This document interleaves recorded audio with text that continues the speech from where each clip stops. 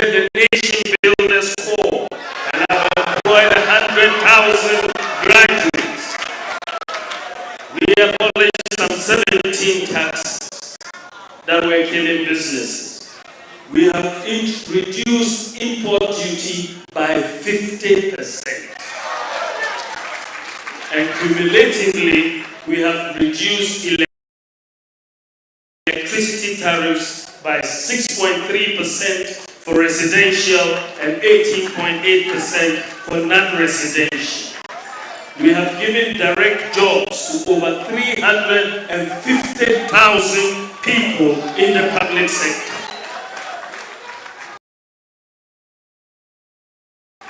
We have increased the share of the District Assembly Common Fund for persons with disabilities by 50%.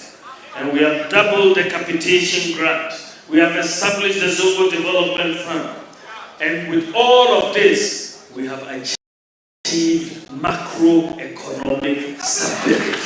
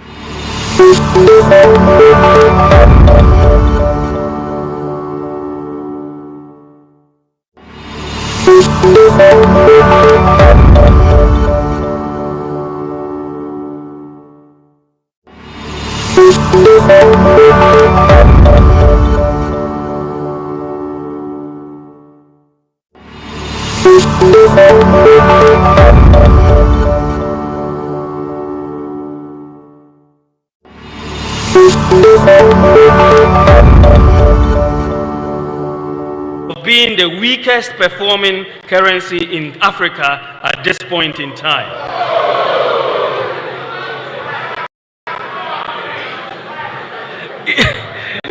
Interestingly, the NDC Green Book claims exchange rate stability as one of their unprecedented achievements.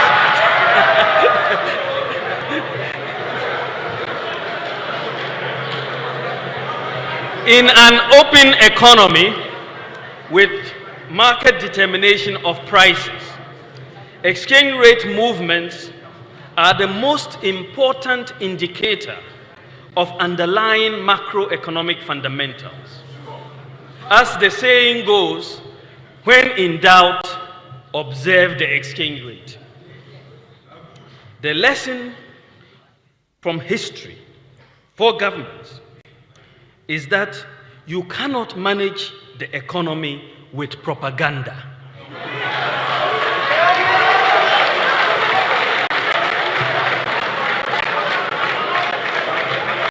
In fact, you can engage in all the propaganda you want, but if the fundamentals are weak, the exchange rate will expose you. The type of free fall that we are seeing with the cedi exchange rate is a vote of no confidence by market players in the management of the economy.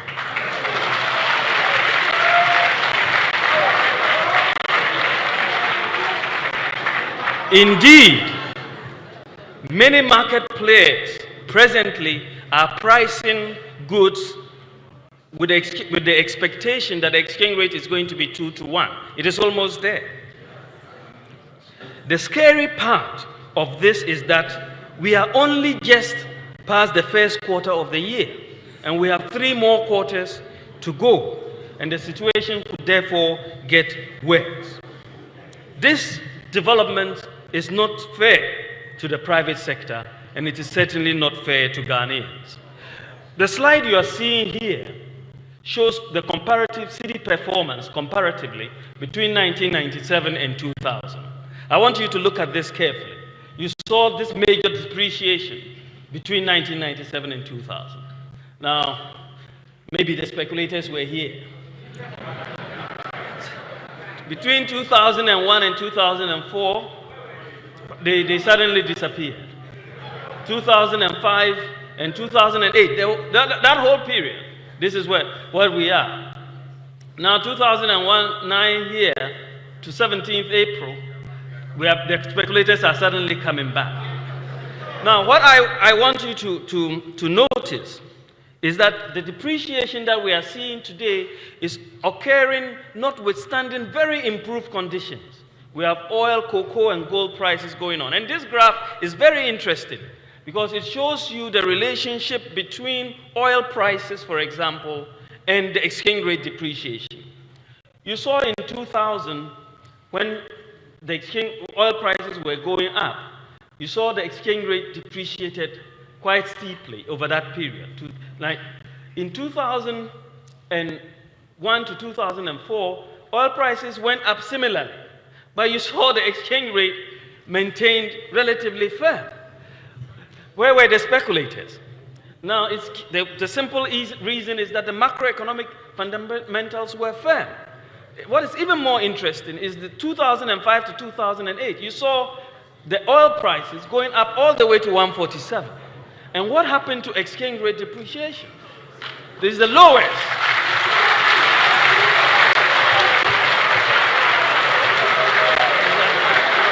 What this evidence shows is that the economic fundamentals have been weaker during the period of NDC government. And just small shocks, negative or positive, can destabilize the economy. Mr. Chairman, I want you to listen carefully, ladies and gentlemen. What is amazing is that what is amazing about the state of our economy with this graph that I'm showing here is that notwithstanding the oil discovery and oil production, notwithstanding the increase in cocoa prices, notwithstanding the increase in gold prices, Ghana's gross international reserves today cannot cover, is less than 3 months of imports. It's actually 2.4 months of imports. Mr. Chairman, with hard work and the support of Ghanaians, I believe we can achieve this and move Ghana forward together. Thank you for your attention. Teachers are suffering. Teacher trainees are suffering. Nurses are suffering. And nursing trainees are suffering. Patients are suffering. Students are suffering. Traders are suffering. Pensioners are suffering. Drivers are suffering. Contractors are suffering. Civil servants are suffering. And farmers are suffering. Fishermen are suffering. And industries are suffering. Artisans are suffering. And Kayaye are suffering. The disabled are suffering. And men are suffering. Women are suffering. And children and Ghanaians as a whole are suffering.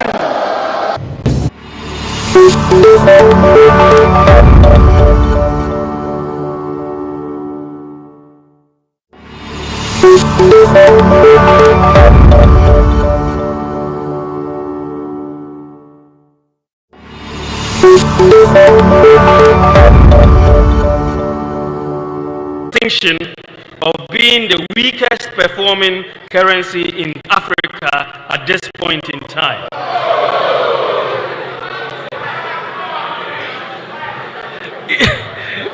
Interestingly, the NDC Green Book claims exchange rate stability as one of their unprecedented achievements.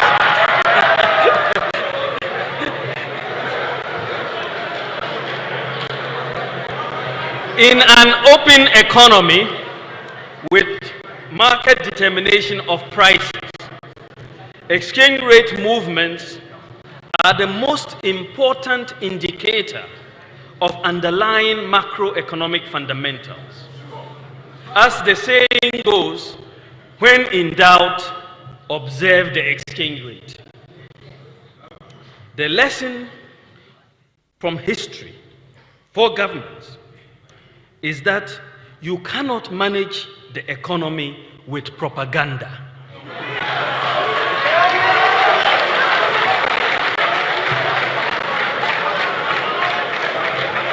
In fact, you can engage in all the propaganda you want, but if the fundamentals are weak, the exchange rate will expose you. The type of free fall that we are seeing with the cedi exchange rate is a vote of no confidence by market players in the management of the economy.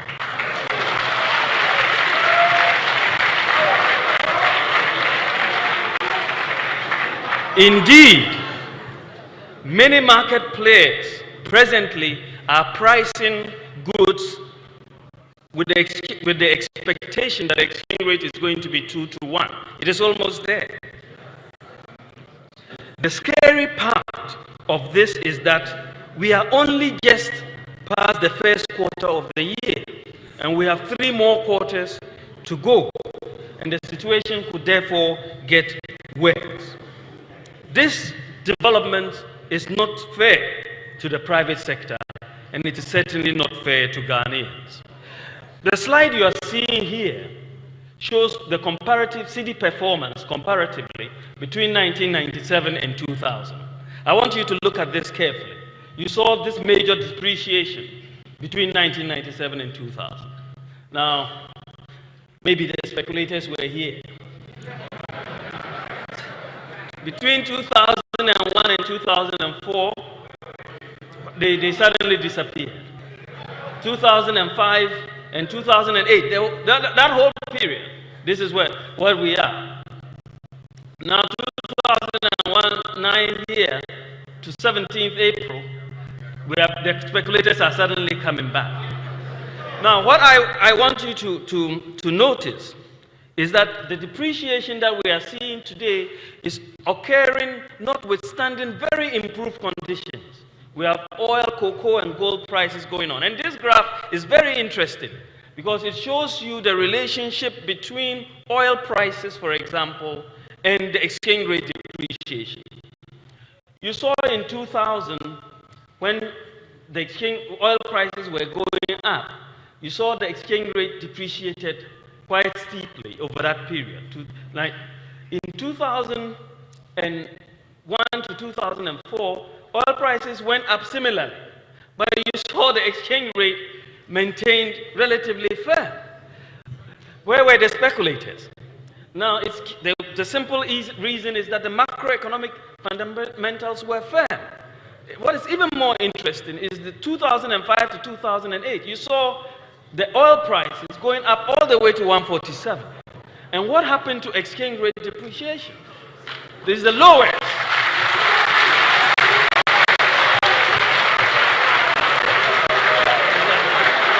What this evidence shows is that the economic fundamentals have been weaker during the period of NDC government. And just small shocks, negative or positive, can destabilize the economy. Mr. Chairman, I want you to listen carefully, ladies and gentlemen. What is amazing is that what is amazing about the state of our economy with this graph that I'm showing here is that notwithstanding the oil discovery and oil production, notwithstanding the increase in cocoa prices, notwithstanding the increase in gold prices, Ghana's gross international reserves today cannot cover, is less than 3 months of imports. It's actually 2.4 months of imports. Mr. Chairman, with hard work and the support of Ghanaians, I believe we can achieve this and move Ghana forward together. Thank you for your attention.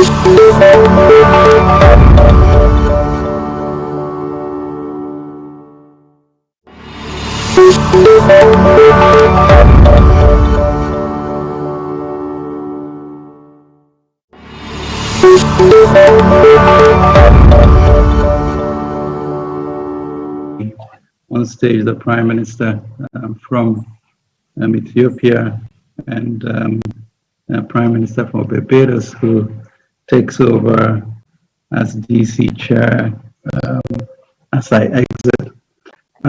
And it's actually quite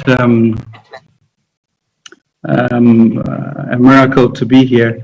I had COVID in November 23rd, 2020, and resulted in some post-COVID complications, which kept me in the US for about 5 weeks. So I just got back. But I think for me, the learning is that nexus between healthcare and finance. We, as ministers of finance, and really looking currently at the global landscape and feeling quite sorry for sort of the state of the world with this whole push on vaccine nationalism. I think we had maybe 400 million vaccines that have sort of been ordered, and 90% of it remains in the developed world, which really puts Africa on the back foot, given what we have done last year. And so we need to look at that. But that in itself shapes the whole global landscape that Vera has given such a clear picture on. The realization for all of us is that by 2050, Africa will have the most youth and will be a quarter of the world's population.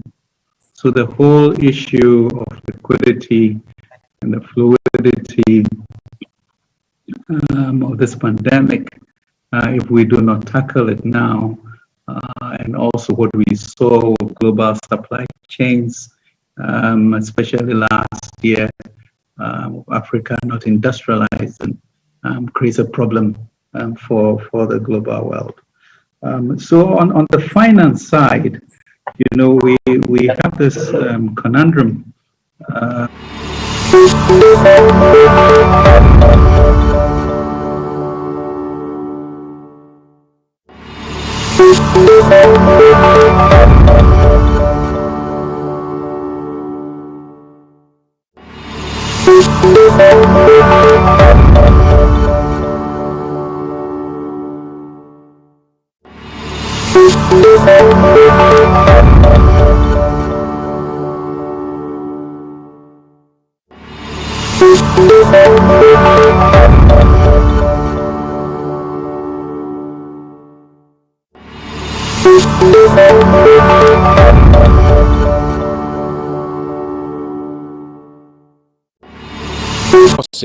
The world over and in the United Kingdom. Here in Ghana, even before that, you heard us mention that the president, as part of the regular, do some work on various parts of it. And we had mentioned earlier that the minister responsible for finance will later this week, and that's actually today, have the opportunity to speak to the nation about the measures that government will be rolling out upon the president's instructions. There was a need to do some stakeholder engagement between the cabinet retreat and now. It is my understanding that some of that, a good chunk of that has been completed, but there's still some work to be done. But the minister is in a position to speak to the nation and outline the raft of measures that the Akufo-Addo administration will be rolling out in helping to cushion Ghanaians against the world is how the Akufo-Addo administration is seeking to cushion Ghanaians in the face of global economic difficulties. I want to, at this stage, invite to the podium the Honourable Minister responsible for Finance, the Honourable Ken Ofori-Atta, to deliver his remarks. After that, we'll take your questions and he will provide some responses. Minister, we're in your hands.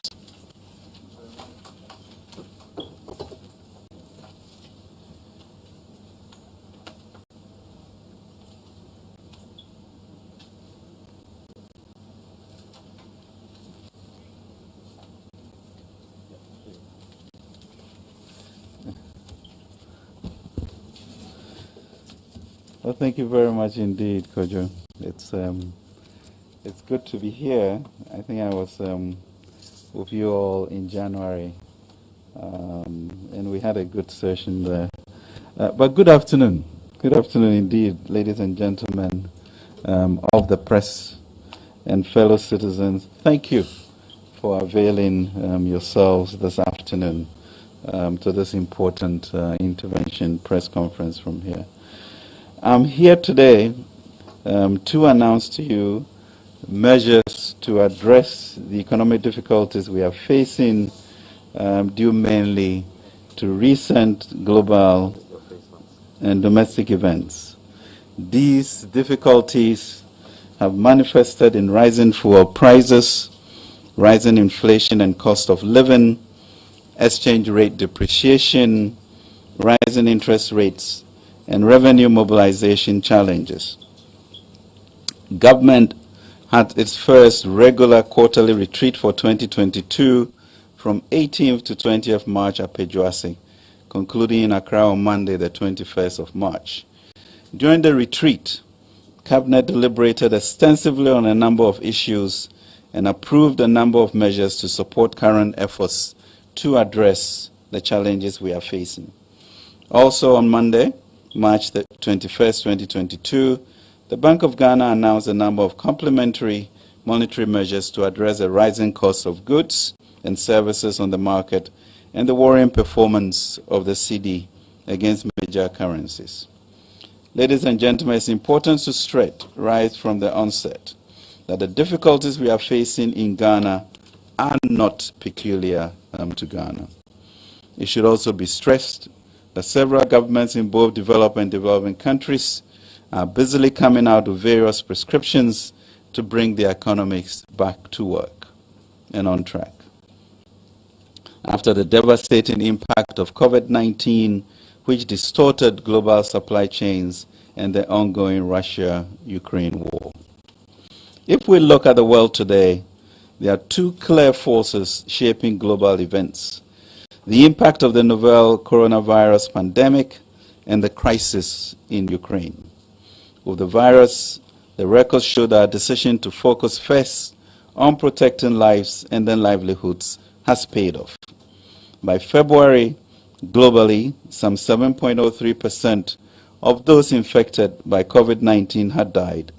For Africa, the figure was 4.03%, about 251,444 people.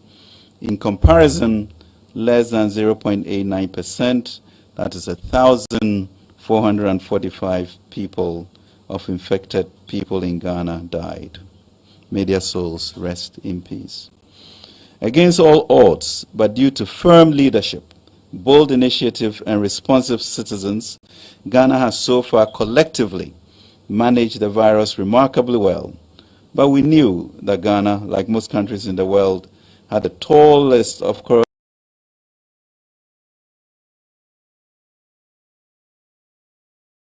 coronavirus-induced bills to pay from 2020 and 2021, and came out of plans and policies to boost investor confidence and job prospects for 2022 and beyond.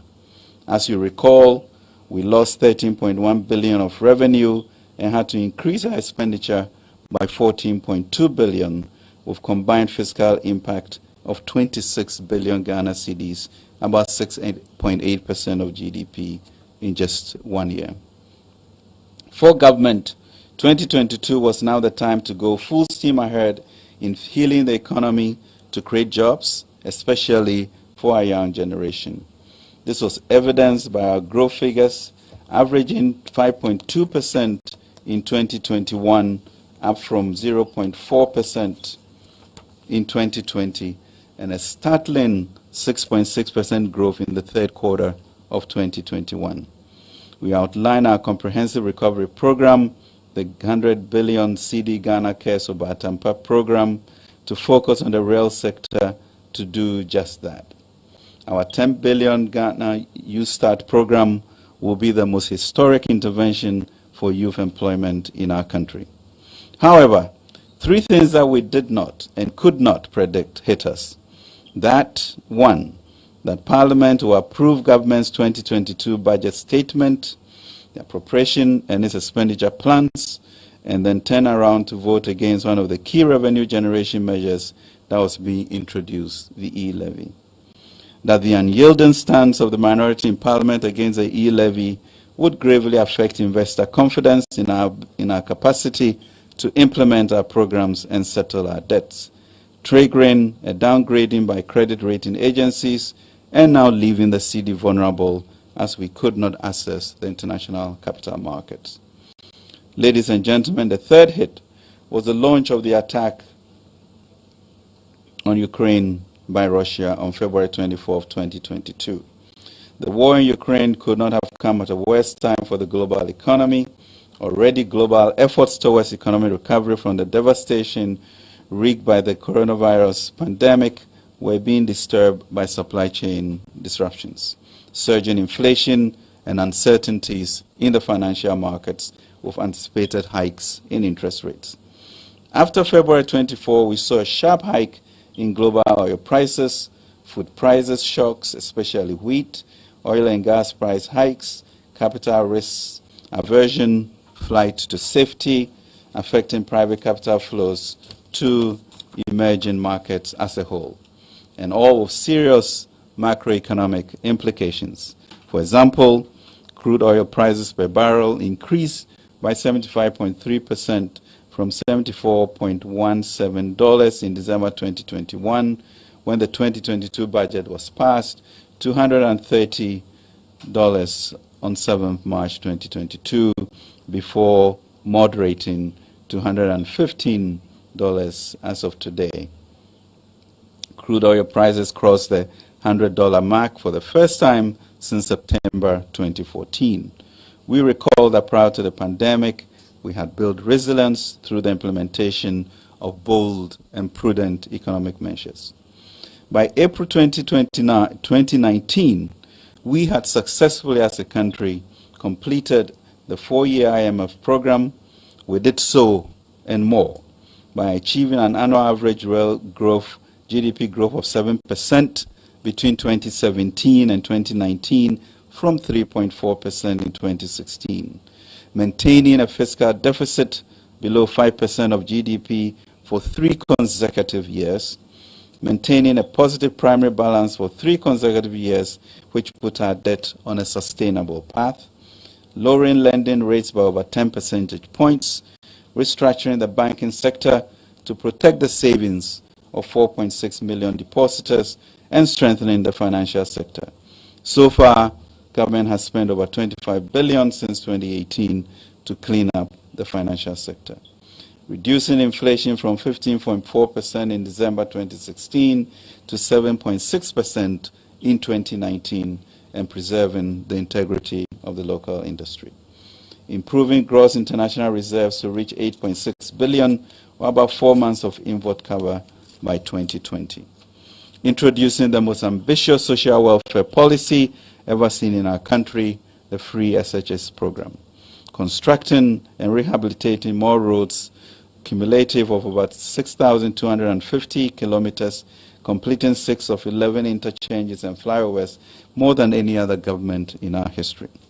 Employ more new teachers, nurses, doctors, agri extension officers, and young graduates than any government in our history. Saving the entire financial sector from inherited, neglected crisis that has cost government some 25 billion so far. Instigating more value for money audits on public procurements than any government in our history, and investing more resources in the police,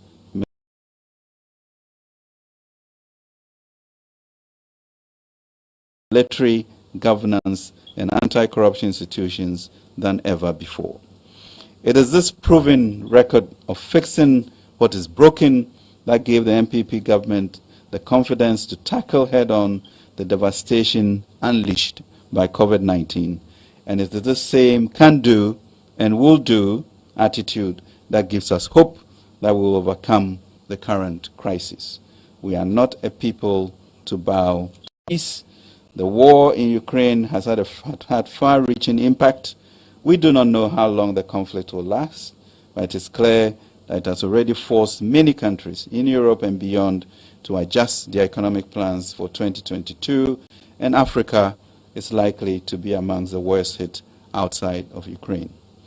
UNTAC's rapid assessment of the war's impact on trade and development shows a rapidly worsening outlook for the world economy, with the situation especially alarming for African countries. The Russia-Ukraine war has also compounded the global supply chain and trade disruptions brought about by COVID-19 pandemic, as well as adversely impacted the dreaded 3 Fs: food security, fuel price escalation, and financing conditions. That's impacting living conditions with the capacity to derail global recovery efforts in 2022 and beyond. Global inflation trending upwards has led to central banks raising interest rates globally, resulting in tight financing conditions and reversal of capital inflows, especially to emerging markets.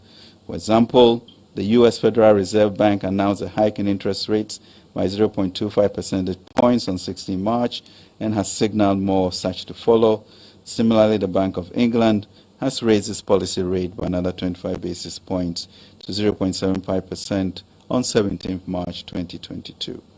We've seen the highest inflation in US, UK, Germany, and other advanced countries since 1974.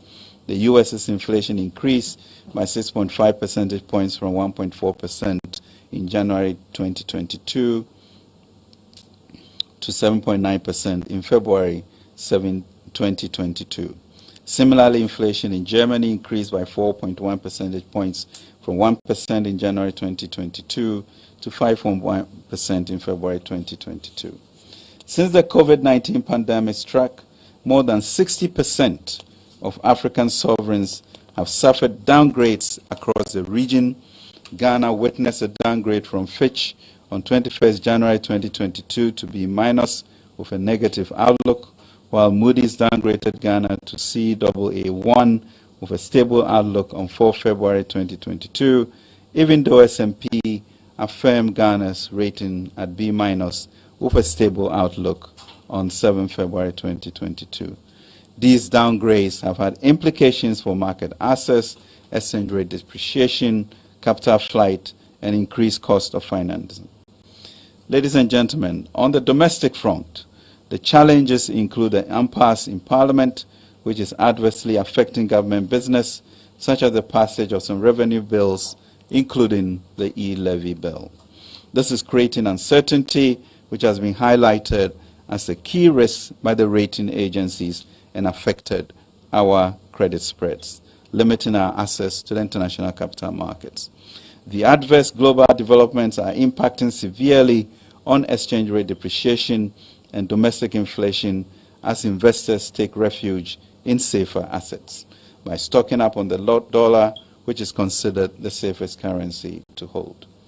The cedi has not been spared. Cumulatively, our local currency has depreciated by 15.6% against the US dollar and 13.4% and 13.3% respectively against the pound sterling and euro in the year to 23rd March 2022. This understandably is causing a lot of anxiety among our traders and consumers alike. However, we also need to recognize that in spite of it all, the cedi has held under these extreme challenges better than it did between 2014 and 2015. This is because the fundamentals are much stronger. The Bank of Ghana has announced measures to address the exchange rate depreciation, and we believe in the propriety of the measures they outlined on Monday. The rising international price of crude oil and the exchange rate depreciation are affecting the ex-pump prices of fuel domestically as it feeds into high transportation fares and hence inflation. For example, the average ex-pump price of diesel for 3 OMCs, Goel, Total, and Vivo increased by 59.7% from 6.7 cedis per litre on 1st January 2022 to 10.7 cedis per litre by the 21st of March 2022. Ghana is not alone here. From Angola and Malawi through Nigeria and Rwanda to Senegal down to Zimbabwe, fuel prices are only dealing with rising petrol prices, but also scarcity on petroleum products, leading to long queues at filling stations. It remains the case, however, that one of the biggest drivers of price increases in goods and services in Ghana is fuel price hike. Inflation has surged to 15.7% at the end of February 2022. Food inflation increased from 12.8% in December 2021 to 17.4% in February 2022, while non-food inflation rose from 12.5% to 14.5% over the same period. Ladies and gentlemen, provisional data on the stock of debts as at the end of December 2021 show that the stock of public debt increased to 351.8 billion, 80.1% of GDP, compared with 218.2 billion, 61.2% of GDP at the end of 2022 before the pandemic. Of the total debt stock, domestic debt was 181.8 billion, 51.7%, while the external debt was 170 billion, 48.3%. Ladies and gentlemen, the global and domestic developments I've outlined above are affecting the budget. Urgent and to address the challenges and ensure the achievements of the objectives and targets of the 2022 budget, including unleashing the entrepreneurial verve of the Ghanaian youth. Whilst we are in the process of revising the 2022 fiscal framework to reflect current developments with a view to go to Parliament to seek approval for the revisions during the mid-year review in July, additional measures to ensure the achievement of the fiscal deficit target of 7.4% of GDP. Ladies and gentlemen, government had already started the new year with spending cuts as Parliament failed to approve key revenue streams at the appropriate time. In January 2022, government announced and immediately began implementing a 20% expenditure cut as sustainability measures. This has been done through the quarterly expenditure ceiling allotment to MDAs. Quarter 1 allotment is currently in implementation, whilst Quarter 2 allotment will be issued shortly. The Ministry has strengthened its expenditure monitoring systems and processes to ensure effective implementation of these measures. In addition, the government has decided to take the following measures to ensure the achievement of the fiscal deficit target of 7.4% of GDP for 2022. So, expenditure cutting measures. Discretionary spending is to be further cut by an additional 10%. The Ministry of Finance is currently meeting with MDAs to review the expenditure, the discretionary expenditure cuts. 2, these times call for very efficient use of energy resources. In line with this, there will be a 50% cut in fuel coupon allocations for all political appointees and heads of government institutions, including SOEs, effective 1st February 2022. With immediate effect, government has imposed a complete moratorium on the purchase of imported vehicles for the rest of the year. This will affect all new orders, especially four-wheel drives. We will ensure that the overall effect is to reduce total vehicle purchases by the public sector by at least 50% for the period. Again, with immediate effect, government has imposed a moratorium on all foreign travels except pre-approved critical statutory travels. 5, government will conclude on ongoing measures to eliminate ghost workers from the government payroll by end December 2022. Government will conclude the renegotiations of the energy sector IPP's capacity charges by end of Quarter 3 2022 to further reduce excess capacity payments by 20% to generate a total savings of 1.5 billion Ghana cedis. We will impose a moratorium on the establishment of new public sector institutions by end of April 2022. Prioritize ongoing public projects over new projects. This is to enhance efficient use of limited public funds over the period by finishing ongoing or stalled but approved projects. Reduce expenditure on all meetings and conferences by 50% effective immediately. Pursue a comprehensive reprofiling, strengthens burden on the fiscal, and liaise with organized labor and employers association to implement with immediate effect the measures captured in the Kwao Declaration of the 2022 National Labor Conference, including reforms towards addressing salary inequities, inequalities, example Article 71, office holders. The weak link between pay to productivity and sustainability of the payroll. Let me say this. President Akufo-Addo has absolutely no intention to roll back on any major policy like the free SHS. We see education as the best enabler for sustainable economic growth and transformation and social mobility, and will do more to improve on it for it to serve more and better our children.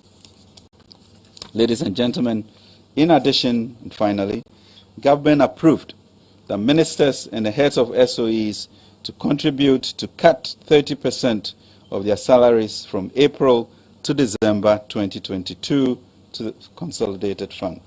We would like to thank the Council of State in their leadership in complementing the government policy on this. All of these measures, ladies and gentlemen, are aimed at ensuring that we achieve the 7.4 deficit target set in the 2022 budget. Fuel price mitigation measures. Ladies and gentlemen, the rising prices of fuel at the pumps is influenced largely by the rising crude oil price on the international market and the exchange rate depreciation. Though the rising crude oil prices should have been to our benefit on net basis, Ghana's import of petroleum products amounts to 5.2 times the value of proceeds from its crude oil exports. In 2021, for example, we exported $3.947 billion of crude, of which Ghana's portion was $513 million. However, we imported $2,719 of crude and finished products. So the purported windfall gain in foreign exchange is quite a mirage. From January to date, the average export price of diesel and petrol have increased by 57% and 45% respectively. Unlike in other countries where the hike in crude oil prices and exchange rate volatility are leading to shortages in supply of petroleum products, government is implementing measures to guarantee constant supply of petroleum products. To mitigate the impact of the rising price of petroleum products at the pump for the next 3 months, government has decided to reduce margins in petroleum price build-up by a total of 15 pesos per litre with effect from 1st April. The details are as follows. Bus margin reduced by 2 pesos per litre, Unified Petroleum Pricing Fund margin reduced by 9 pesos per litre, fuel margin reduced by 1 peso per litre, primary distribution margin reduced by 3 pesos per litre. Ladies and gentlemen, these reductions in margins are expected to reduce prices of petrol by 1.6% and diesel by 1.4%. We anticipate that the measures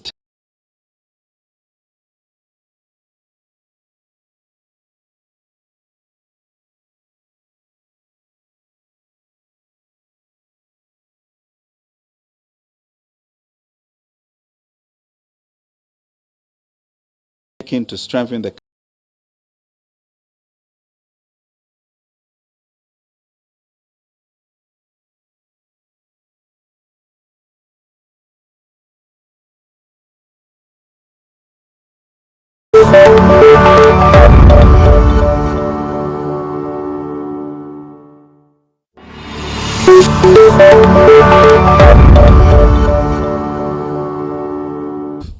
Our focus is therefore twofold: to control expenditure and to raise more revenue domestically.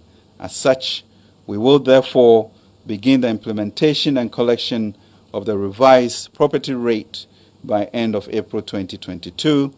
We will implement the e-VAT, e-commerce, and e-gaming initiatives by end of April 2022. We will roll out a simplified tax filing mobile application for all 2022. We will impress upon Parliament to fast-track the passage of the e-levy bill, tax exemptions bill, and fees and charges bill. Prioritize the revenue assurance compliance and enforcement program, the RACE program, to plug revenue leakages, especially at the ports, the infamous fuel bunkering cartels, and small-scale mining exporters. Digital systems to monitor quarrying, sand winning, and salt winning to get more revenue from our natural resources. And immediately enforce the no duty, no exit policy at the MPS terminal at the Tema port to improve revenue collection. Ladies and gentlemen, Government of Ghana is to conclude external financing arrangement of up to $2 billion in the next 2 to 6 weeks in line with approved external financing for 2022 and for liability management and to manage the slide of the city. MOF, Ministry of Finance, will also work with the Central Bank to review the foreign exchange retention policy in line with approved external financing for 2022 and for liability management. Additionally, the following measures will be implemented over the medium term: wean off public tertiary institutions from government payroll and provide them with a fixed amount block grant instead. Pursue reforms to address structural challenges in public financial management, including procurement and commitment control, payroll management, and human resource management. It is too early, ladies and gentlemen, to say the COVID-19 pandemic is over, but it is good to acknowledge that Ghana has handled it excellently. We have emerged from its deadliest and most economically damaging phase. If the measures we have outlined in our economic recovery program are executed as planned, the Ghanaian economy should return to pre-pandemic levels across most economic indicators by the end of the year. On the other major event driving the global economy, we recognize that the world is 4 weeks into this terrible war, and it is quite clear that both the occupation of Ukraine and the range of sanctions imposed on Russia will have profound effects both in the short and long term for global markets. The longer the conflict goes on, for the greater will be the disruption to the global economy. We shall continue to monitor the situation very closely and make further adjustments if and when needed. We may have no control of the trajectory of the conflict, but it only reminds us how necessary it is for Ghanaians to assert greater control over our own destiny. That we can do if we share in the sacrifices before us to strengthen our capacity for greater self-reliance even in this interdependent world. Government remains optimistic that the economy will grow even bigger this year. The challenge now is to marshal this economic growth before us in the right direction and ensure that it benefits Ghanaians across the board. Ladies and gentlemen, we are confident that these measures will address the immediate and short-term challenges confronting our nation. Government remains resolute and committed to entrenching the structural transformation of our economy in the long term. To this end, we are aggressively pursuing key interventions such as 1D, 1F, Ghana Cares, and the U-Start programs to improve our ability to locally produce more goods and optimize the opportunities AFCFTA offers us.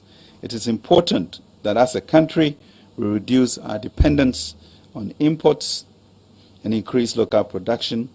Public institutions are reminded of government's policy to buy locally produced goods. It is critical that Ghanaians reconsider their preference and consume more locally produced goods to support the economy and guarantee decent jobs for our people. Ladies and gentlemen, your government, the Akufo-Addo administration, is determined to turn things around and has the skills, discipline, and compassion to do so. But to do so, we must not allow our fortunes to be misdirected by speculators and naysayers, those who only thrive when we allow avoidable uncertainties to hold sway in the affairs of the nation. I pray that peace be within the walls of Parliament and sobriety within its towers as we go back to Parliament to introduce our revenue bills. Ladies and gentlemen, these measures outlined today will significantly improve the macro-fiscal situation towards a restoration of confidence and safeguard the achievement of the 2022 budget deficit target of 7.4% of the GDP. These measures have been carefully designed to ensure that growth and spending on social protection are, however, not compromised. Ladies and gentlemen, these are truly challenging times globally. No country has been spared. Government therefore calls on all Ghanaians to stand together. Together we shall surely overcome. Ladies and gentlemen, the people of Ghana, we can do it together. This is not the first time an MPP government working together with the people of Ghana has succeeded in overcoming an economic challenge of this nature. We have demonstrated time and time again our ability to overcome with you. First, in 2001, the MPP government, led by former President Kufuor, together with the people of Ghana, brought the country out of severe. Second, in 2017, the MPP government, led by President Nana Dankwa Akufo-Addo, together with the people of Ghana, brought the country out of the economic doldrums in which we were at the end of 2016. This third time, still under President Akufo-Addo, working together with the people of Ghana will not be an exception. Ladies and gentlemen, I've had the privilege of engaging in a number of town hall meetings from Koforidua to Takoradi, to Tamale, to Wa and Ho, and the resolve of our people to burden share for a better life for all of us is palpable. In particular, they want everyone to pay taxes. They want government to be accessible. They want Parliament to get on with its work. They want employment for our youth. They want agriculture and industry to thrive. They want government to cut its coat. They want us to tackle our debt problem and raise more revenue and to prosecute offenders. Ladies and gentlemen, our media review will reveal the successes of what we have done. This would ensure that the structural reforms are crystallized, reduce fiscal dominance during this period, and ensure fiscal and monetary policy coherence. Let me end by a quotation from Jeremiah. Let us seek, all of us, the peace and prosperity of our nation. Let's pray to the Lord for it, because if it prospers, you too will prosper. Together, we'll confront the macroeconomic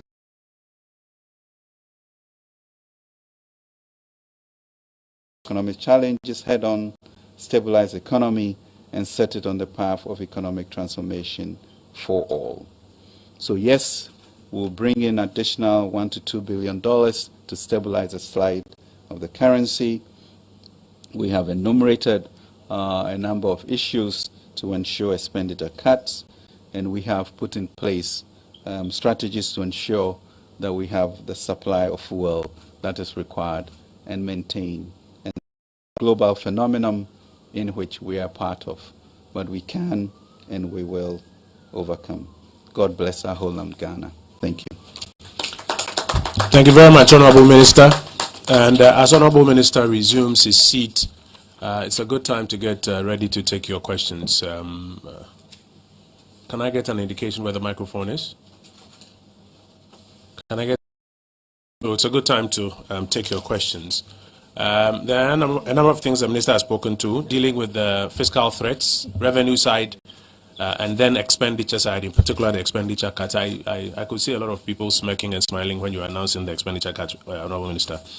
Dealing with the exchange rate depreciation, rising inflation and cost of fuel, as well as the fuel prices issue and the cuts that are expected to translate into results for the good people of Ghana.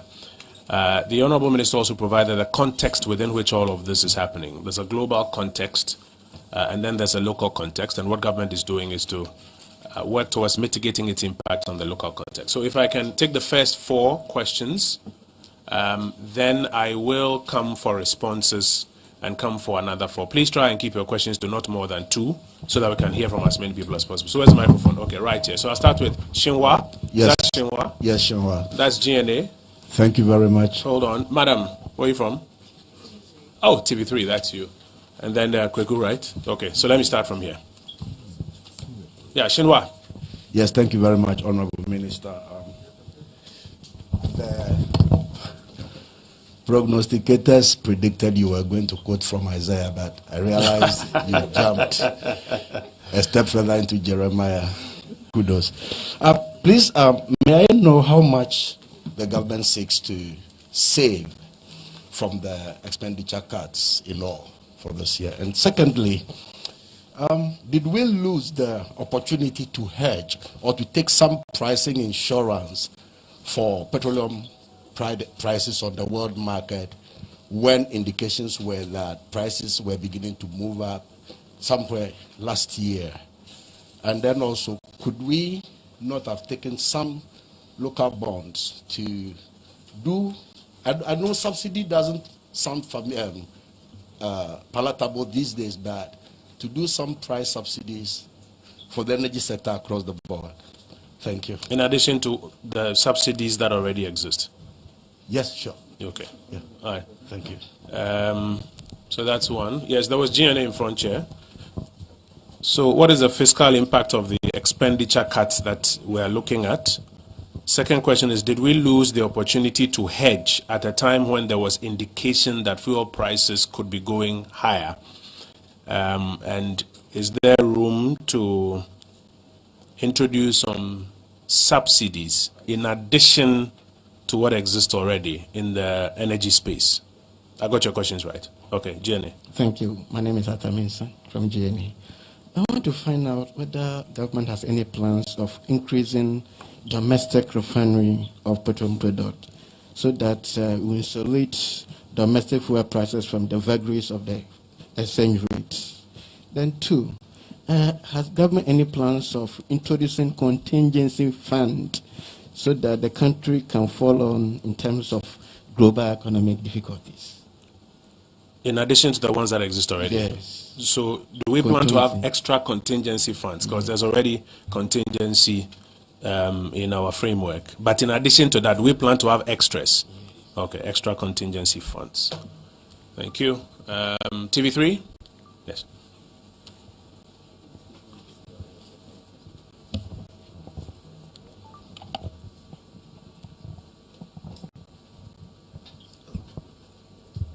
Good afternoon. Nanikia Mensah Brampa with TV3 3FM.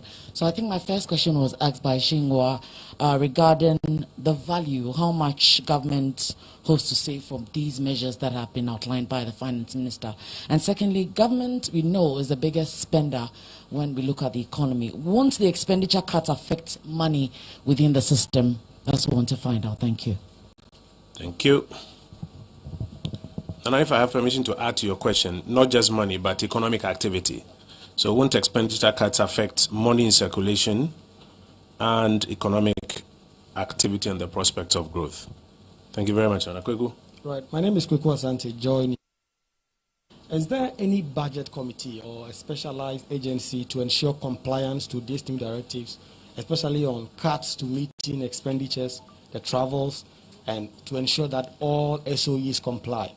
And then in terms of the salary cuts, the specifics, is this only affecting political office holders, or it extends to the public sector, which we all know about how bloated or how big it is? Thank you. Thank you, Kweku. So who will assure compliance with these measures? And do the salary cuts go beyond political appointees? Does it affect civil servants? There are civil servants. I do not be happy with the question that you're asking. Does it affect civil servants? Honorable Minister, we are in your hands for some responses. Can you get the responses if we don't use that microphone, or you need that microphone to get the responses? Minister, I beg of you, we'll need it because the station mics are on that side. I beg of you, we'll need to use that podium to respond so that all the mics can pick it. So while Minister is moving there, let me just go over the questions. What is the fiscal impact of the expenditure cuts? did we lose the opportunity to hedge when there was indication that prices were going to go up? And is there room to introduce some subsidies on energy prices? There's a second question from GNA. Can we look at deepening domestic refining of petroleum products so that in terms of sources, we have local sources that could translate into some cheaper products for us? And in addition to the already existent contingency funds in Ghana's budget, do we think we need to increase our contingency funding here in Ghana's budgets? There's another question. Won't the cuts affect money in circulation? And I added to it economic activity and the prospects of growth with Nanekw's permission. And then the final question, who will assure compliance to these measures? And does it affect civil servants as well? Minister. Thank you very much indeed, and thanks for the questions. Yes, we do have a committee, at the ministry to follow through on these cuts that we have talked about, and I think I might have even mentioned it in the speech. So yes, we do. The cuts, just to allay the fears of the 700,000 civil servants and public servants, has to do with political appointees, yeah, including SOEs, etc. Because it's really an issue of setting the example, and I think it's important, especially given the lack of control we'll have international crude oil pricing, that even as we make these bold moves, I think corporates individually in the country should also begin to look at their usage of petrol in a way in which you recognize that this problem is a problem for the Republic and it's international. And I think that's important. And so we really commend the Council of State when they also joined us to cut down their salaries by 20% going forward.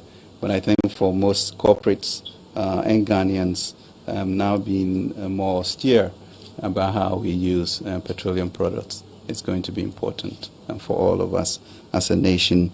As I mentioned, we are a net importer of petrol, of fuel, and it's almost like a 1 to 5.2 ratio, so that the increase in petrol affects us, in crude prices affects us, more than what we gain.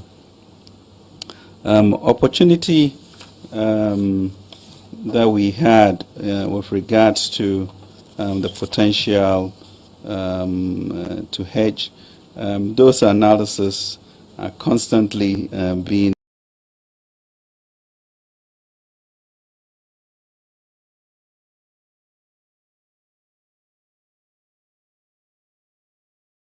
done.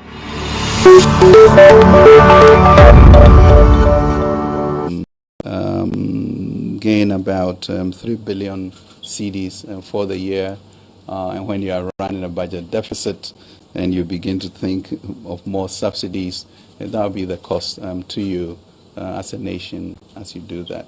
So we have to be very prudent about what we do about extra subsidies.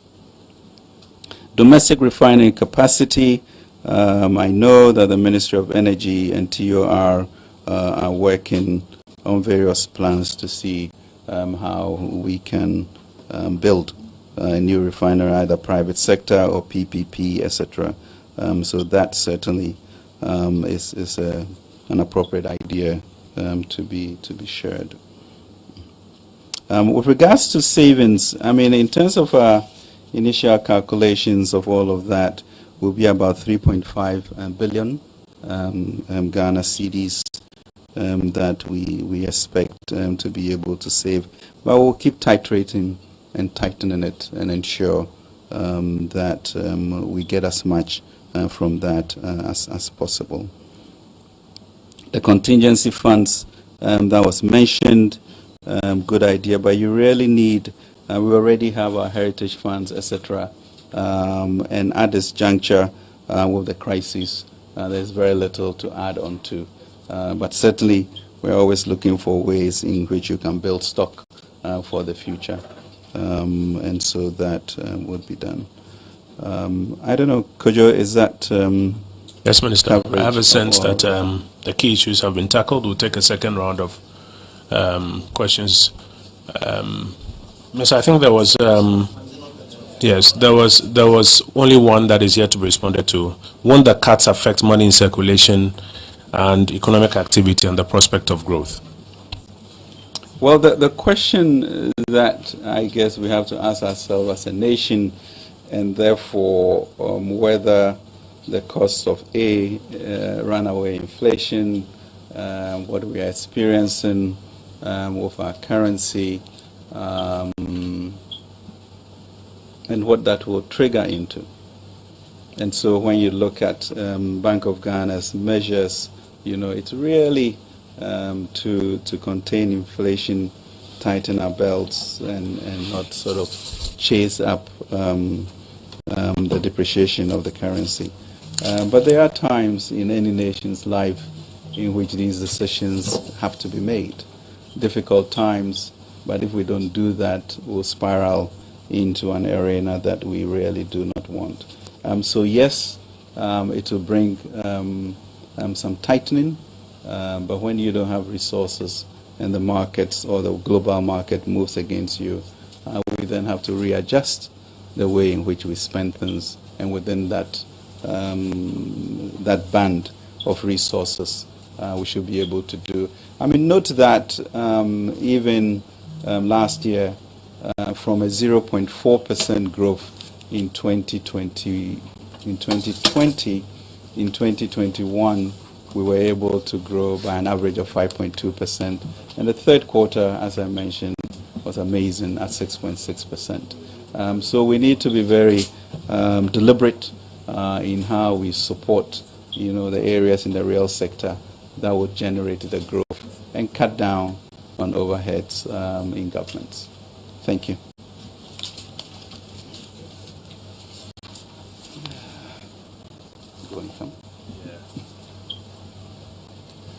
Minister, grateful. We're going to take a second batch of questions. We will be biased towards the ladies as we start. Yes, madam. Yes, madam.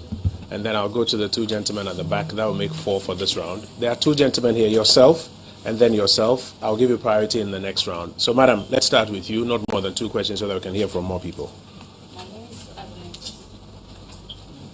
My name is Agnes and I report for the Chronicle newspaper. Minister, you spoke of returning to Parliament with regards to the e-levy. I want to know what assurance you have that it will be passed this time around. Thank you. Thank you. Blessed assurance.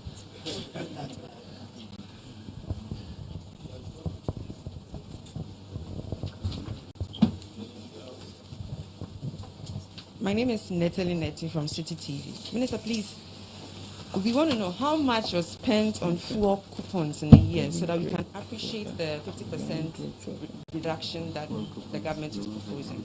And also, how much is the government expected to save from all these cuts and measures put in place to require the Okay, thank you. Natalie, I think the second one was answered already in the first round of questions.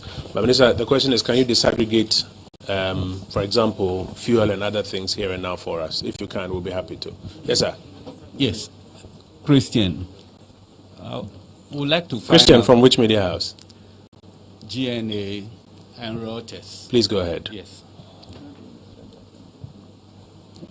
Go ahead, sir. Yeah, the details, we want the minister to share big details on the 2 billion series. $2 billion, where is it coming from? You just say external. And how would that help prop up the city? Okay. Say again? Okay, so then I'll come to you. Yes, sir. Right, my name is Emmanuel Abuaji from Asase Radio. And my first question is, with a 15 peso margin off the price build up, is this going to be reintroduced after the 3 months that you mentioned? And have we not taken into consideration the debate that some of the margins have outlived their usefulness and therefore should have been factored into this particular calculation. Now, my second question is the fact that we are going to cut purchase of cars. Now, government is considered a substantial purchaser of vehicles in our country. So how is this going to improve upon our infant automobile industry? Thank you. Thank you very much. Very interesting question. Yes, sir. Is that Daily Graphic? No, Ghanaian Times. Ghanaian Times, okay. Cliff Ekufu. So mine is a follow-up. I would want to find out if the additional 2 billion that we intend to bring in is not going to worsen our already precarious debt portfolio. Yeah. Then, sir, let me give you a take so that we wrap up. Yes, Honorable Minister, thank you very much. My name is Akuo Kokwati, representing Kesbe Media. Minister did mention cut, and I know I know this is interim measures to save the economy. Yeah, because of the problem.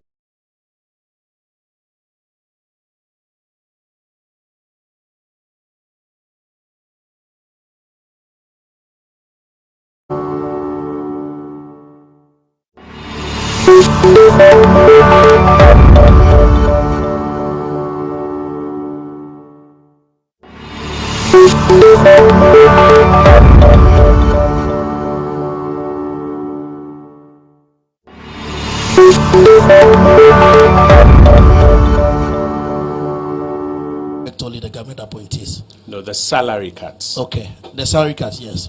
And I know we have the people's appointees, though, who are the representative of the people. Follow up on this one very quickly, very quickly.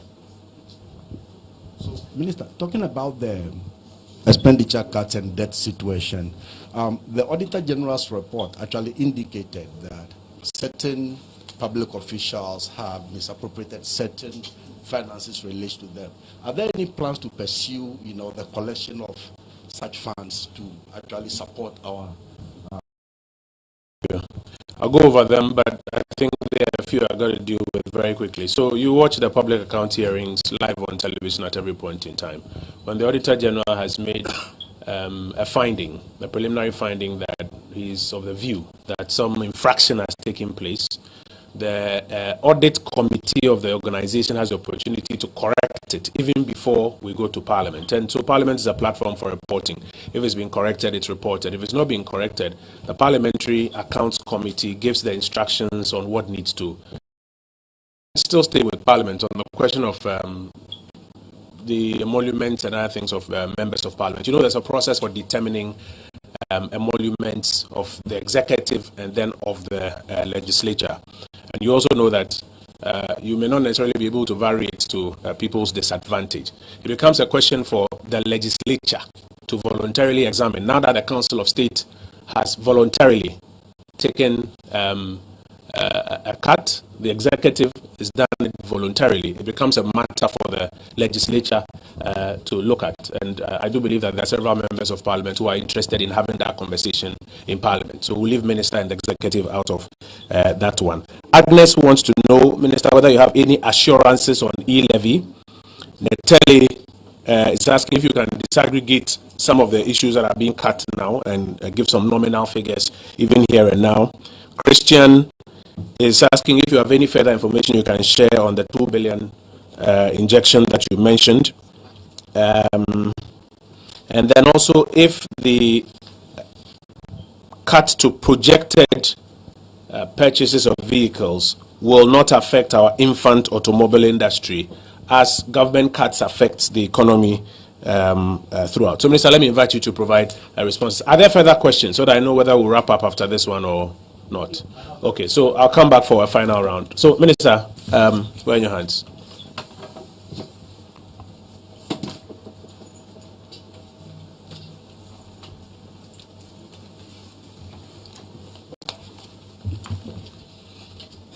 Yes, thank you very much indeed, Kojo. Thanks for this. I think the issue, the question was what, returning to Parliament for e-levy.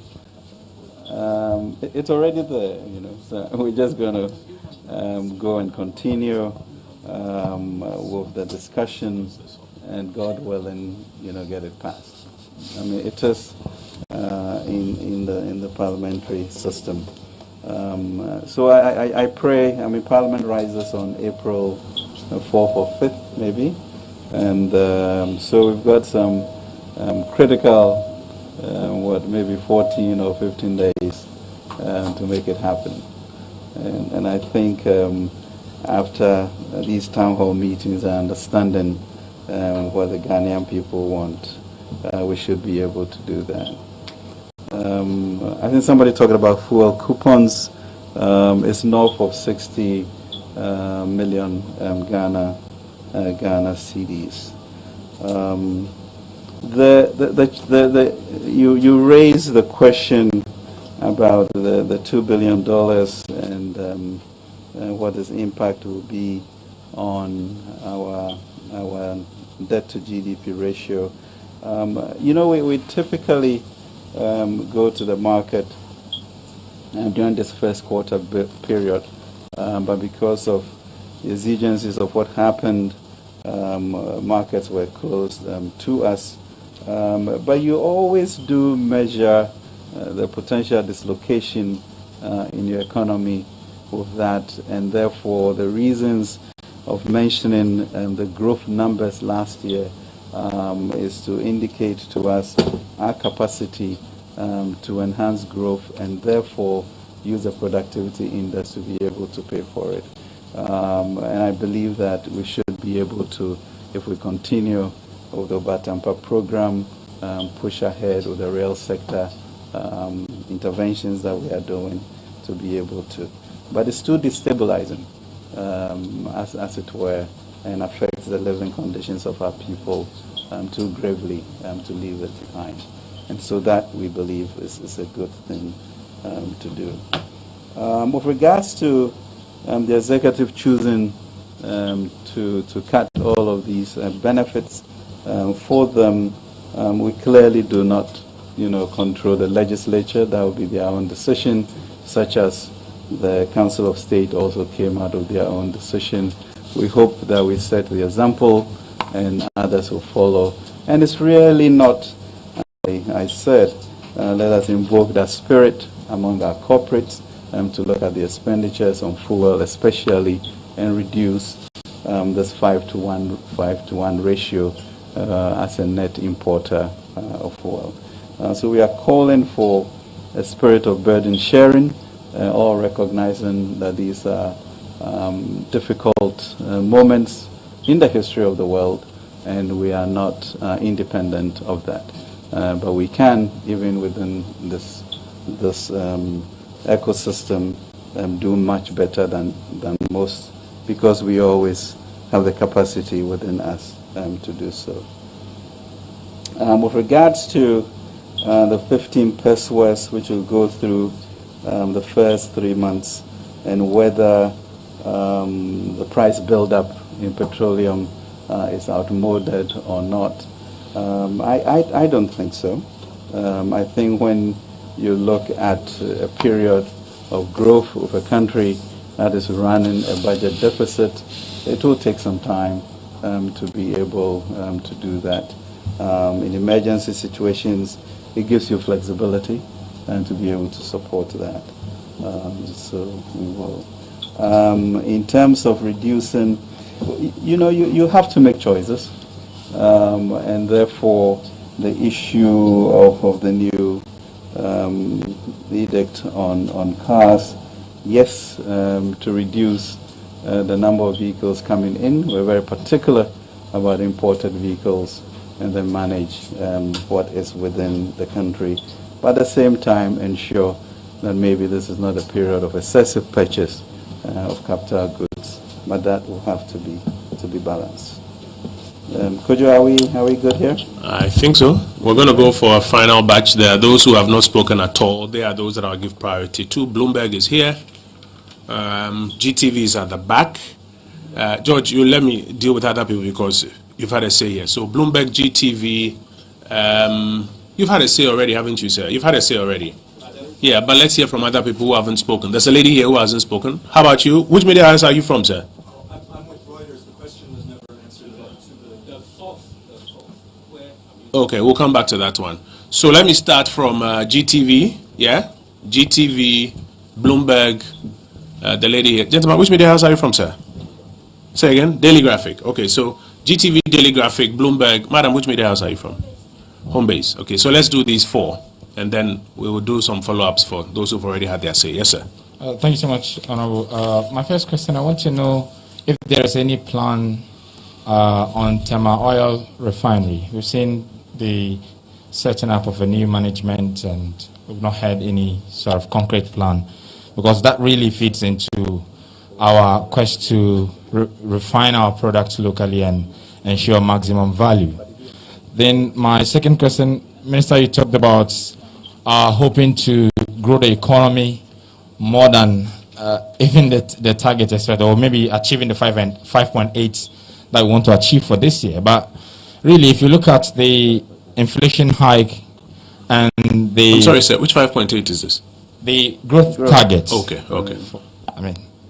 So if you look at the policy rate hike and the fact that there is cuts in salaries, in spending, that's really going to impact negatively on growth. And I was wondering why Minister is still ambitious that we grow the economy more than even expected. So if there is anything we don't know, Minister can share with us. Thank you. Minister, there must be something you know that we don't know. Graphic. Thank you. Yeah, he's a minister. He will know something we don't know. Mr. Bonkruma, so yes. I wanted to address what you said about going after people who have sort of misappropriated funds or something captured in the General's report.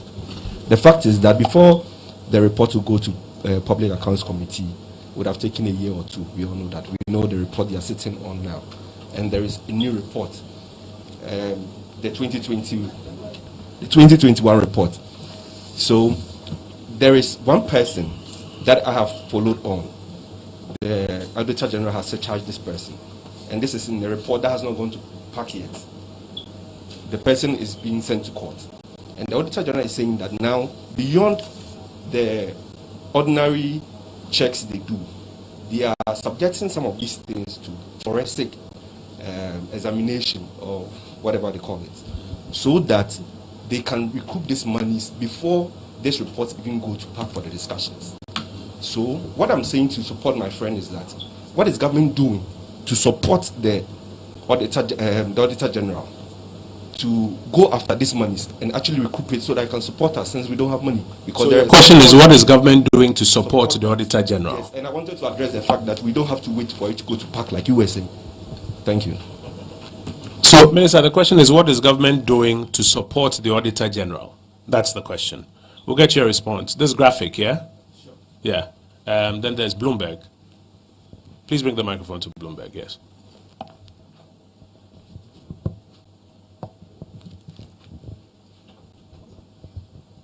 Yeah, thank you very much, Minister. You said you envisaged you're going to save 3.5 billion cedis on these cuts. Would you give me a totality of how much savings you envisage from the initial 20% cut? So I have a bulk figure. Now, the Bank of Ghana announced a deficit figure of 9.6, included the legacy debts. What is the unified deficit for 2021 end year? And cocoa revenues too have underperformed this year. How does that add to your pressures of revenue targets? Thank you. So how does the cocoa performance affect your revenue targets? Yes, madam. Please, I'm Santoa Julius from Home Base TV. I just want to find out, with the rumors going on that government payroll is full. So even after university, no matter the course that you did, there is no more any governmental job for students. So how true is this? And if it's true, what's the government doing about it? And with the YouStart program, I don't know, I get people asking me more about this, but I think the education is not really there. How do you get the money? I mean, how do you get to enroll on this policy? Yeah, it's not even been launched or rolled out. Okay. So I'm sure once that takes place, the necessary conversations will come. So we'll stand that down. Minister, there was a follow-up question about the 2 billion. Are you now, as we speak here, in a position to talk about the sources, etc., of that 2 billion? That will be it for this batch, and then I'll do a final float if there are any outstanding follow-ups. Thank you very much indeed. Thank you. I mean, the $2 billion that we intend to bring into the system, already we sent out some RFPs. We've gotten responses to those from three international banks, and we will be negotiating the term sheets in the coming week or so. So that's where that is. With regards to Tema Oil Refinery, yes, there's a new management of that. They've been to our offices, given us their plans and their keen interest in looking at a structure to get a new refinery in place. So that is being contended with. You indicated some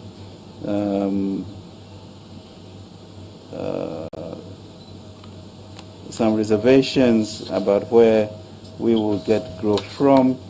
I think really it's a challenge as to doubting the ingenuity and genius of the Ghanaian. We went through a 0.4% growth in 2020. I'm sure you recall that.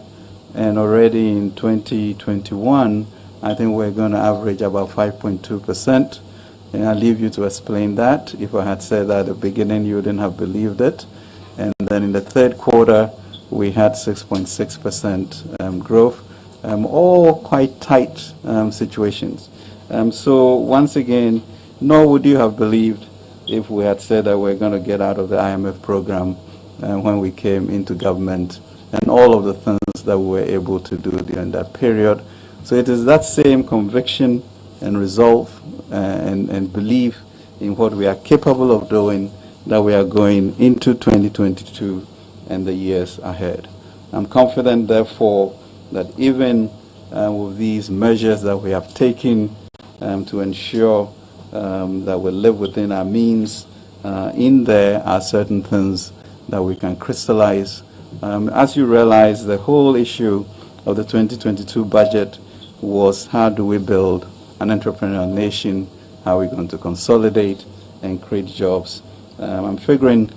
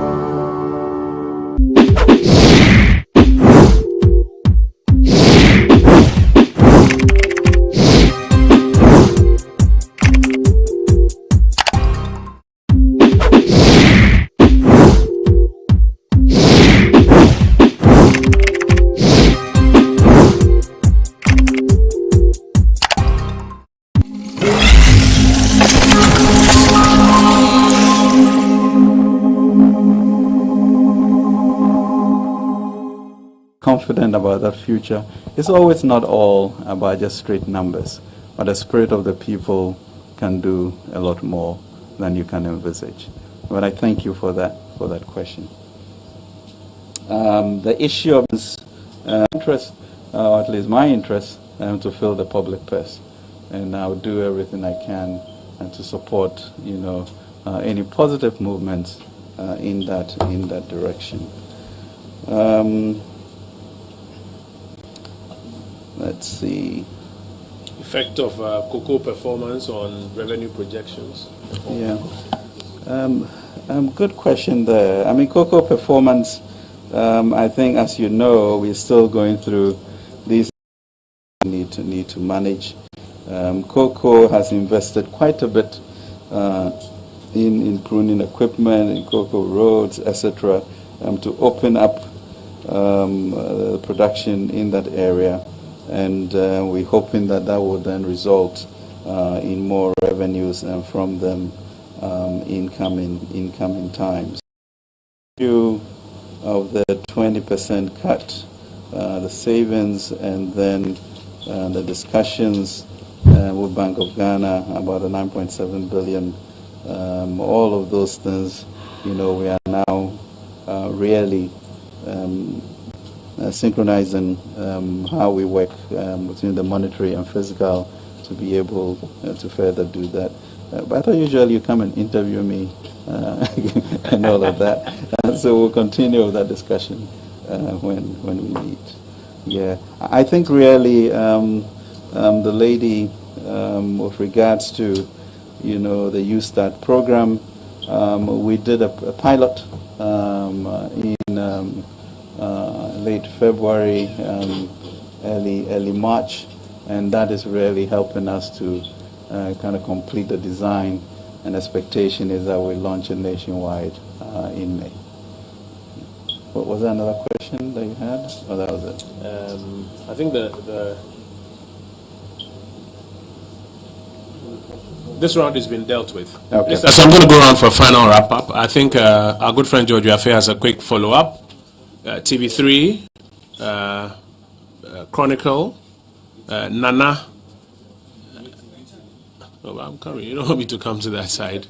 So let's start from this place and let's make it just one each very quickly so that all your colleagues can get an opportunity. So let's start from George. George, very quickly. My name is George. GTV, come forward so that you just take it after George. Joy FM. Mr. Minister, do you think that these measures that you've outlined are quite robust enough to bring about the required investor confidence in these things that you've announced? Already the minority is raising some serious concerns about these measures that you've outlined here. And just to even read a tweet from Ofori-Atta Forson, he says that, listen, the fiscal measures announced today are just cosmetic and empty. It will further erode confidence in the economy. Government should place a moratorium on new loans cut in 2022 foreign finance projects at least by 50% and deliver on promise on reviewing all flagship programs. So the question is, do you think they are enough? Enough. They are robust enough? Enough to, again, restore that investor confidence that you're talking about, please. Very well. GTV, very quickly. Very quickly, I want to know, I think the question was asked, but the answer was not direct. So what's the question, quickly? The impact of the money Minister is asking, the $2 billion we are talking about trying to raise on the capital market, what will be the impact on our debt situation, especially when we are at 80.1% now? And if Minister can touch more on... You noticed he talked about liability management as part of it. Okay. So the impact of the development bank. TV3, quickly. Guys, we want to make it one each. Let's try and make it easy for everybody. Well, so beyond investor confidence, I want to find out if it will pave way for Ghana to go to the Eurobond once again, and how soon will that be, and how attractive enough will that be also for the ratings agency, if I should say. And finally, the toll booths. Are we going to see a restoration? No. Let's make it simple for everybody. Being collected. Restoration of tolls. Let me add that to it. Guys, let's try and make it simple for everybody. Yes, Nana? Yeah. Honourable Minister, in case you go back to Parliament and you hit a snack, are you going to introduce another tax to replace the yield levy, or you are still going to hang on? And my second question, do you have possibility of going back to IMF for a bailout at this juncture? So IMF and e-levy, yes, madam. Okay, so my question is also on e-levy. I'd like to find out if we are maintaining the 1.75 or there is going to be a reduction. Thank you. Let me go to the back. Because it's already been mentioned that we're at 1.5 already. So, yeah, yes, sir. The two of you, quickly. Winston from Metro TV. I want to understand, petrol prices have gone up by 50%. As of now, government is proposing 1.6% reduction. What difference will it make? And also, there has been calls by industries for the removal of some taxes on the petroleum price build-up.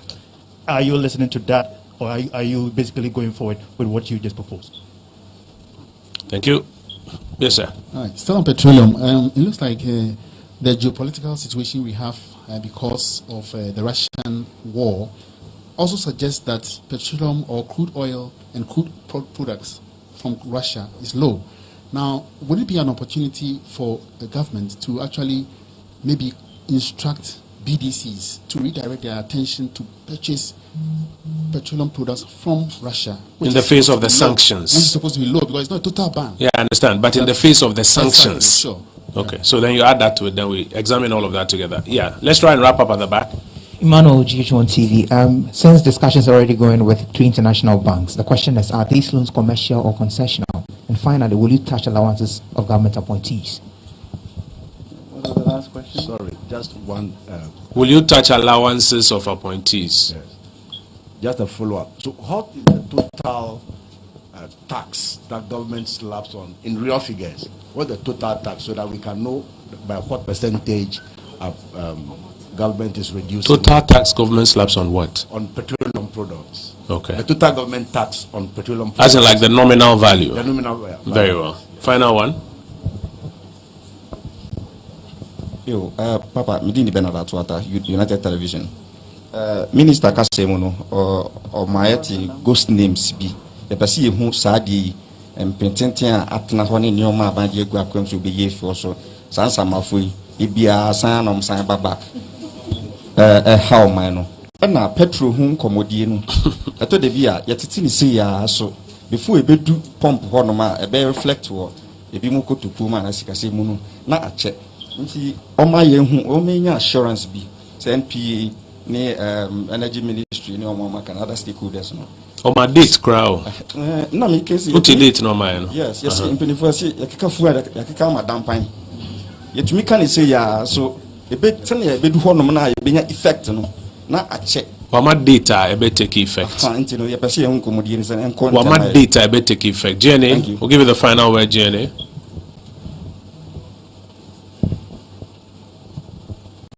Thank you.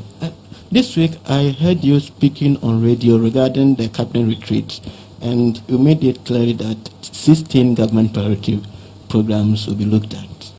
But the minister only mentioned the free agents, that government will not roll back on that one. What about the 15? What measures are you taking on that? I'm talking about NAPCO, one district, one factory, all those things. What are you doing? Thank you. And make a, let me make a quick comment on this one. Madam, I'll make an exception for you. Let me make a quick comment on this one. We have been talking about budget cuts, and we have said that all the expenditure lines are fair to examine, to be looked at for possible budget cuts. Doesn't mean you are going to cancel the program or change the program. Budget cuts. The minister has said that the president is committed to ensuring that free SHS continues. I hope you understand that. Now you're asking, will budget cuts affect any of the other 15 programs? That's the question you're asking. Minister will respond to that. Madam in Green will give you the final word. My name is Naja Bilagwan with GBC. Minister did talk about 10% cut in discretionary expenditure. So I want to find out if the earlier 20% cut in expenditure is going to add to this 10 to make it 30. Thank you very much. Minister, we are in your hands for final responses. We are done. We are with Minister now. Thank you so much. Thank you very much for this. You know, George started a question about investor confidence. I mean, let me be very, very clear that if I had followed an NDC programmed economic transformation of this country, we will not be here. It is their duty to put, to state their responses to us, as my honorable colleague is doing. But I think we have all been partners in seeing how the economy ran from 2017 to 2019, and also very clear on the impact of COVID on this economy, and still be able to eke out some growth within that period. The issue, therefore, of investor confidence, if he will take responsibility for our inability, maybe, as party not to pass our revenue measures in the House, will be a very different discussion that we are on. And I don't want us hiding from that fact, that it led then to what we call the downgrade that we have, close international capital markets, our inability to go to the market in the first quarter, and still pass an appropriation and say that you can have the revenue that you require. Those are clear responsibilities that we have put, and therefore the Ukraine war has exacerbated that situation. What do you do? So we went out of a 20% cut so that we can shrink our expenses, make sure that we still meet the 7.4% that we have promised. Looking at what has happened with this war and saying that the global dynamics have even worsened, and what can we do in our own kitchen to make sure that we get into a mind frame of austerity and managing that. And the spirit of our people is strong. We saw that in the growth numbers in 2022, and we've seen what the Bank of Ghana is doing to ensure that this does not trickle over. And let's not despise small beginnings. It's really the spirit of our people that we are comfortable with. We have done it before, and we believe that we will be able to continue to do that. So thank you for that question, whether they call it cosmetics or what. We are dealing with investor confidence also, and really the spirit of our people to say, let's brace ourselves and move forward. And we shall do that.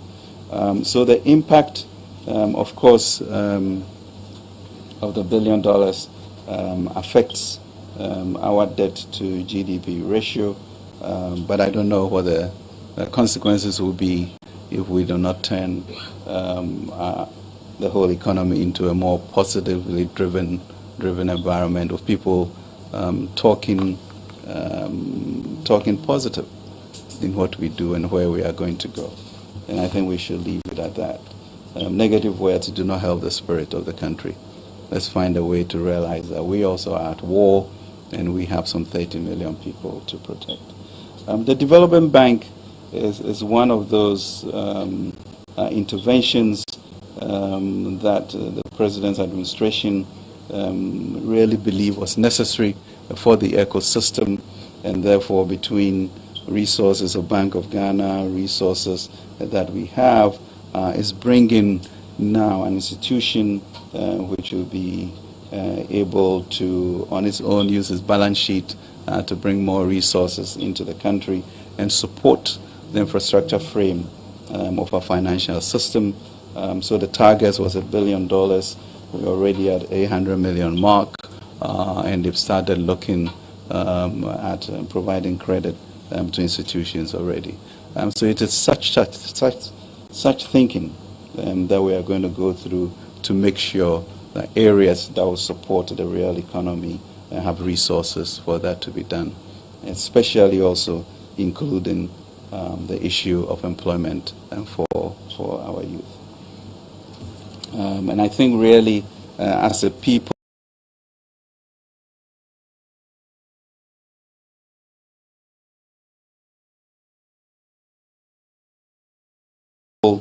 we should not allow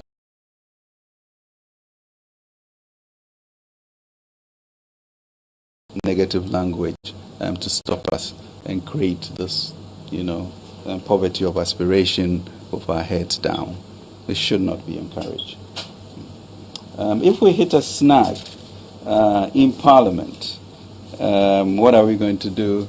And there was some subtle suggestion of IMF. I think we've told you that we are not going there.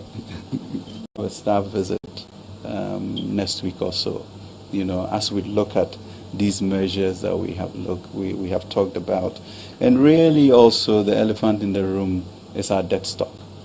So how do you think through our knowledge, to reprofile it, to be able to then give you the fiscal space for the future. So it is such positive engagement using the knowledge they have and what we have that we would do, but not to go into a program. If you pray with me, I'm sure by the end of March we will pass e-levy in Parliament. So let's be very hopeful about that. I think the issue, I think President wanted to be very categorical with regards to the flagships especially on the senior high school. Of course, there are always efficiencies that we can think about to do, and I think that's important in any, and that therefore the review on all flagships to create efficiencies, etc., will be done.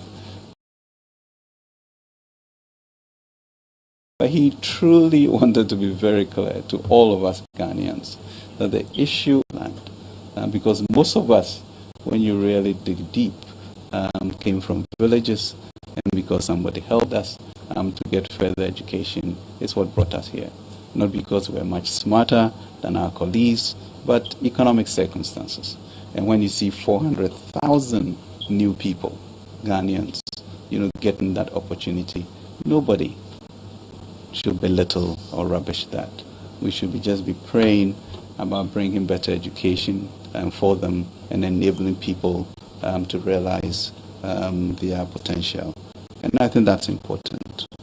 We should inculcate that and be compassionate about that and know that that is our future. The issue of, we did announce even before this crisis the 20% reduction which we have sent out the various notices for, and we are looking to see how it manifests this quarter. And then saying that, there are going to be a series of meetings between us and the MDAs going forward to look at other discretionary line items and therefore determine whether maybe there's a little bit more squeeze that we can, but always keeping an eye on the ball on the 7.8%, 7.4%, we'll be able to meet that, to bring that confidence that we are serious about that going forward. So that gives us extra flexibility to look at that. Gentlemen, a government that is resolved, that given what we had of COVID, given this war in Ukraine and the global changes, within us are the elements to either be more efficient, to be resolved at this war that we have upon us, and that we can do it because we have done it before. Thank you. Thank you very much, Honorable Minister, for your time and for responding to the issues that have been raised here this afternoon. Copies of the Minister's statement are being made available to you in soft copy so that you can also do the subsequent analysis with your various panels. But I want to thank you that you've made time to be with us and that you've helped us to reach the country through your various platforms. We will also make available from the PR department of this ministry a number of persons who will be available to provide further responses to questions that you may have. So Cecilia will help you with that when we are done. We're very grateful to you. Wish you all the best. Thank you very much.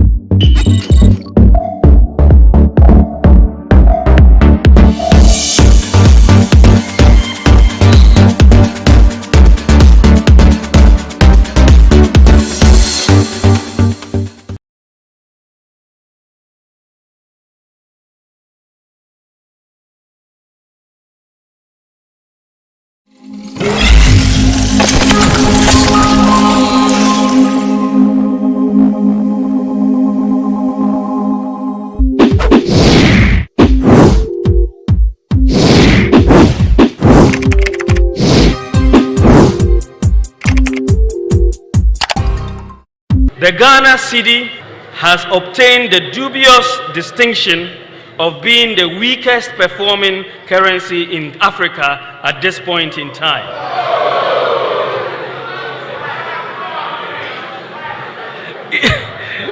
Interestingly, the NDC Green Book claims exchange rate stability as one of their unprecedented achievements.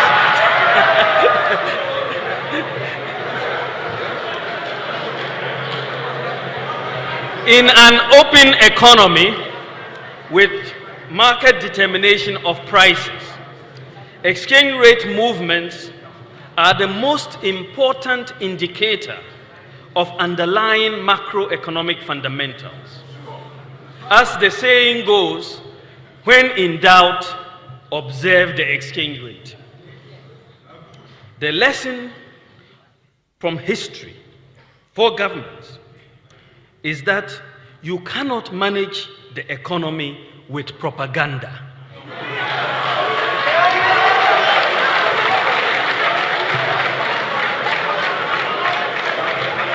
In fact,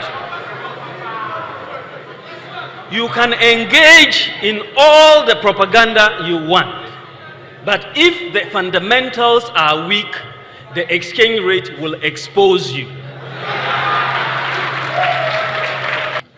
The type of free fall that we are seeing with the cedi exchange rate is a vote of no confidence by market players in the management of the economy.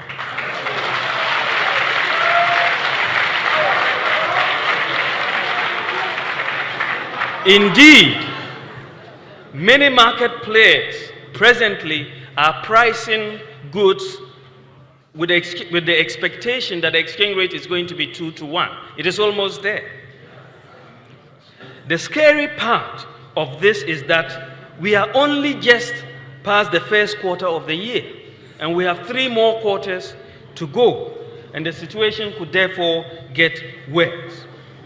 This development is not fair to the private sector, and it is certainly not fair to Ghanaians. The slide you are seeing here shows the comparative cedi performance comparatively between 1997 and 2000. I want you to look at this carefully. You saw this major depreciation between 1997 and 2000. Now, maybe the speculators were here. Between 2001 and 2004, they suddenly disappeared. 2005 and 2008, that whole period, this is where we are.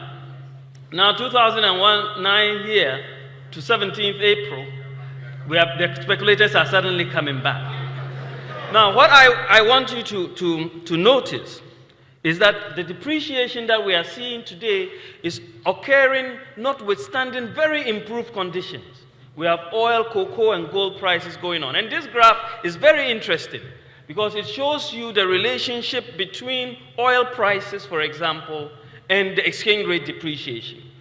You saw in 2000, when the oil prices were going up, you saw the exchange rate depreciated quite steeply over that period. In 2001 to 2004, oil prices went up similarly. But you saw the exchange rate maintained relatively firm. Where were the speculators? Now, the simple reason is that the macroeconomic fundamentals were firm. What is even more interesting is the 2005 to 2008. You saw the oil prices going up all the way to 147. And what happened to exchange rate depreciation? This is the lowest.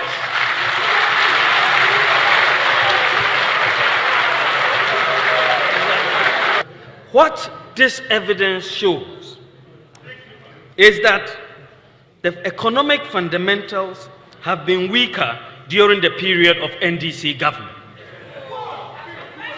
And just small shocks, negative or positive, can destabilize the economy. Mr. Chairman, I want you to listen carefully, ladies and gentlemen. What is amazing is that what is amazing about the state of our economy with this graph that I'm showing here is that notwithstanding the oil discovery and oil production, notwithstanding the increase in cocoa prices, notwithstanding the increase in gold prices, Ghana's gross international reserves today cannot cover is less than 3 months of imports. It's actually 2.4 months of imports. Mr. Chairman, with hard work and the support of Ghanaians, I believe we can achieve this and move Ghana forward together. Thank you for your attention.